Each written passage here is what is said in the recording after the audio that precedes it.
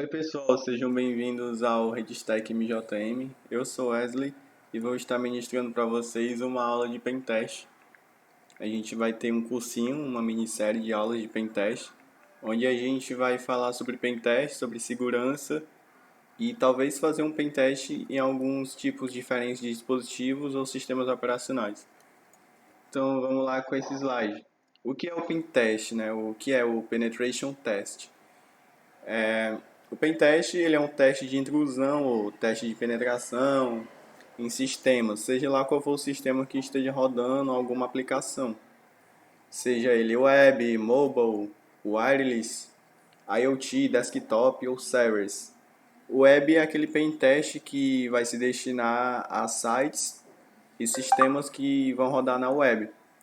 Mobile ou mobile vai ser aquele pentest no qual o alvo vai ser dispositivos móveis, né? Ou seja lá o iPhone, que é o dispositivo que vai estar rodando aí o Mac. Vai ter pentest em Android, pentest em sistemas embarcados, que aí já entra o IoT, que é a internet das coisas. Pentest wireless, onde a gente vai estar fazendo pentest em roteadores. Pentest desktops, onde a gente vai estar fazendo pentest em diversos sistemas operacionais, seja lá o Linux ou Windows ou qualquer Unix-like. E por último, servidores. Por exemplo, vamos fazer um pentest em um servidor que esteja rodando o PHP nele, o Apache, Nginx e etc. A gente vai ter no pentest as metodologias de pentest. A gente tem a WASP, a PTES, a WASP Mobile, a ISAF e a metodologia Kali Linux. As metodologias nada são do que uma sequência de passos que você tem que seguir, uma sequência de boas práticas para seguir no pentest. A WASP vai cobrir o pentest na web, que vai falar sobre falhas, né? Vai falar sobre as 10 falhas mais encontradas aí em site. Por exemplo, injeções, que a gente conhece injeção de SQL, injeção HTML, XSS, cross-site script armazenado ou refletido. A gente vai ter a PTES, que significa Penetration Test Extender, ou Standard, né, que é padrão. A gente vai fazer um pentest padrão, que significa que o procedimento não vai mudar muito de uma plataforma para outra. A gente vai ter a WASP Mobile, que vai seguir o mesmo modelo de top 10, né, de top 10, que é a WASP Web, só que em dispositivos mobile, cobrindo principalmente o Android. A gente tem a ISAF, que é uma metodologia mais rápida para empresas. E a gente vai ter a metodologia Kali Linux, que provavelmente vai ser a que eu vou mostrar aqui para vocês. Ainda estou em dúvida entre mostrar a metodologia WASP Mobile ou a Kali.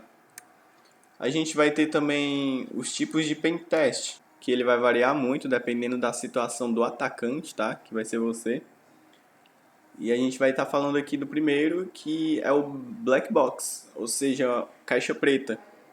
Quer dizer que uma caixa preta, por exemplo, como se o sistema estivesse dentro de uma caixa preta e você que é o pentester, você está fora da caixa preta, você não sabe nada que tem dentro daquela caixa.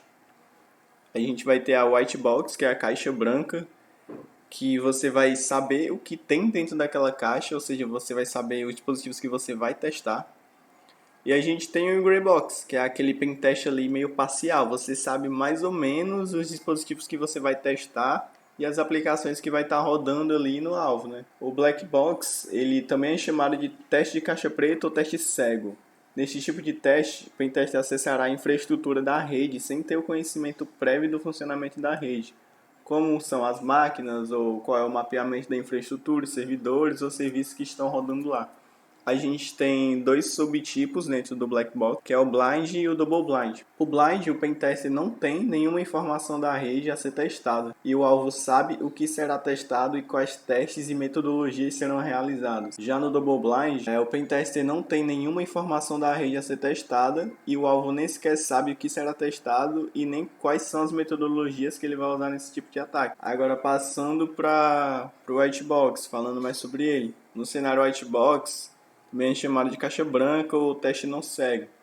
Nesse teste, o pentest terá total conhecimento da infraestrutura da rede testada, o diagrama e mapeamento da rede, ou seja, o range do IP, os firewalls, o código-fonte das aplicações, tudo que for necessário para melhorar no conhecimento do pentester, ele vai ter em mãos. Esse cenário ele se torna mais típico em caso de ataque interno, por exemplo, se você está dentro da empresa, né? Se você vai fazer um pentest lá de dentro da empresa. Geralmente a gente vai usar esse tipo de pentest. E a gente vai ter os subtipos do white box, que é o tandem e o reversal. No tandem, o pentest tem o total conhecimento da rede, ele sabe o que vai ser testado, quais testes ele vai realizar, a metodologia que ele vai aplicar e por aí. No reversal, a gente tem o total conhecimento da rede, mas a gente não sabe o que será atacado, o que vai ser testado, a metodologia que a gente vai usar nisso. Falando um pouco agora da metodologia Kali Linux, a gente vai ter uma série de metodologias que a gente vai usar e a gente vai dividir isso em etapas, certo?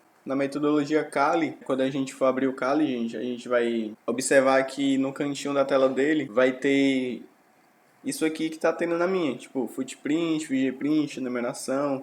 O sistema operacional ele é todo dividido e ele já guia ali o atacante na hora de fazer o seu pentest, né? A gente começa com o footprint, que a gente vai coletar informações iniciais do alvo. Por exemplo, enumeração de DNS para saber informações sobre o range de IP que aqueles servidores estão compartilhando, né, através do DNS. A gente vai fazer uma enumeração em diversos servidores, como o SMTP, para descobrir usuários, tentar e-mails, porque quanto mais informação a gente tiver sobre o alvo, mais fácil vai ser de lançar a engenharia social contra aquele alvo. A gente vai mapear toda uma rede, todo um sistema para a gente conseguir escalando o conhecimento da gente. A gente passar, por exemplo, de um teste black box para um gray box, onde a gente vai saber parcialmente o que a gente está lidando, né?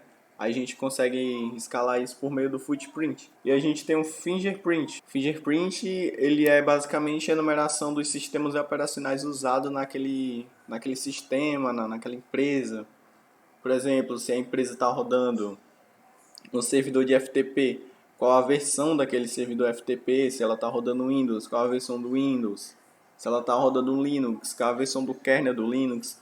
Esse tipo de informação ele é importante porque, sabendo enumerar sistemas operacionais de uma empresa, a gente pode selecionar exploits para determinado sistema. Por exemplo, a gente sabe que a versão 2.22.2, eu acho, do Apache, ela é vulnerável a um ataque de negação de serviço Layer 7, Slow Lowrys, o nome do exploit. Então a gente, por meio do fingerprint, vai conseguir esse tipo de informação que antes a gente não tinha. E assim a gente vai escalar o nosso tipo de pentest, por exemplo, de black box para gray box. A gente vai passar pelo processo de enumeração, a gente vai enumerar mais informações ainda sobre a empresa, o que remete a serviços que ela está rodando, sobre informações sobre a empresa, depois passando para mapeamento de vulnerabilidade.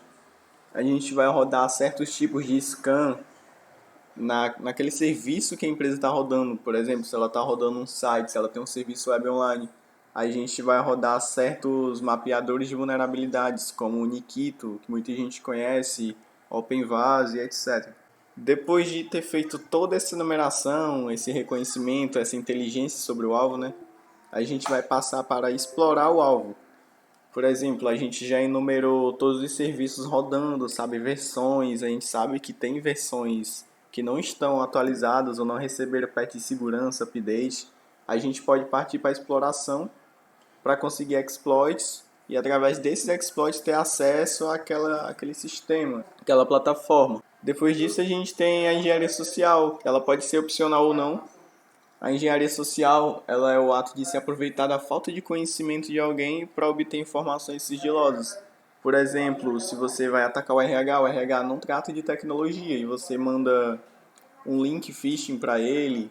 O phishing é o famoso pesca, né? Você manda o link infectado do Facebook, por exemplo, a pessoa loga e você tem a conta dela. A conta dela vai para você, as credenciais de login e senha. Com ataques de engenharia social, a gente pode fazer diversas coisas para obter informações sobre a empresa. Por exemplo, mergulhar no lixo da empresa para ver se lá tem papéis com senhas em claro, né? A gente pode se passar pelo chefe da pessoa e mandar para a equipe do RH solicitando senhas de servidores FTP, ou CSH, etc. Depois a gente vai passar para escalonamento de privilégio. Uma vez que a gente explorou o alvo e tem acesso ao sistema, àquela plataforma, a gente vai fazer um escalamento.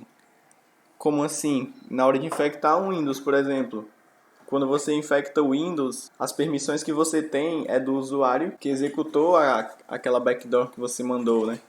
Por exemplo, se o usuário Davidson tiver sido infectado com a backdoor, na hora de fazer o Whoami no terminal, você vai ver que você é o usuário Davidson.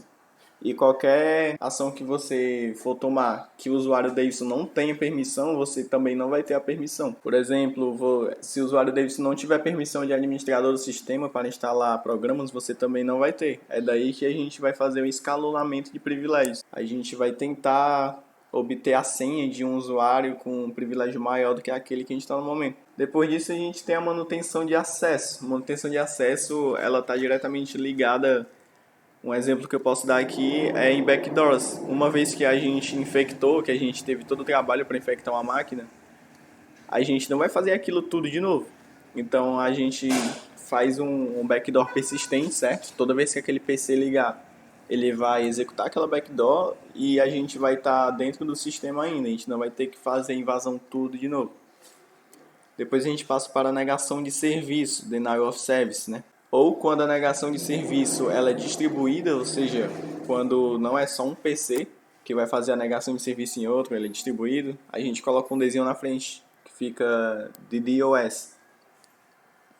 A negação de serviço ela é literalmente ligada ao teste de estresse. Você vai estressar um sistema para ver até onde é que ele aguenta, mandando muita requisição ou fazendo que muitos PCs acessem aquele site ao mesmo tempo, fazendo com que ele caia. A negação de serviço, a gente vai ter várias layers, né? Ela vai seguir as camadas do modelo OSI.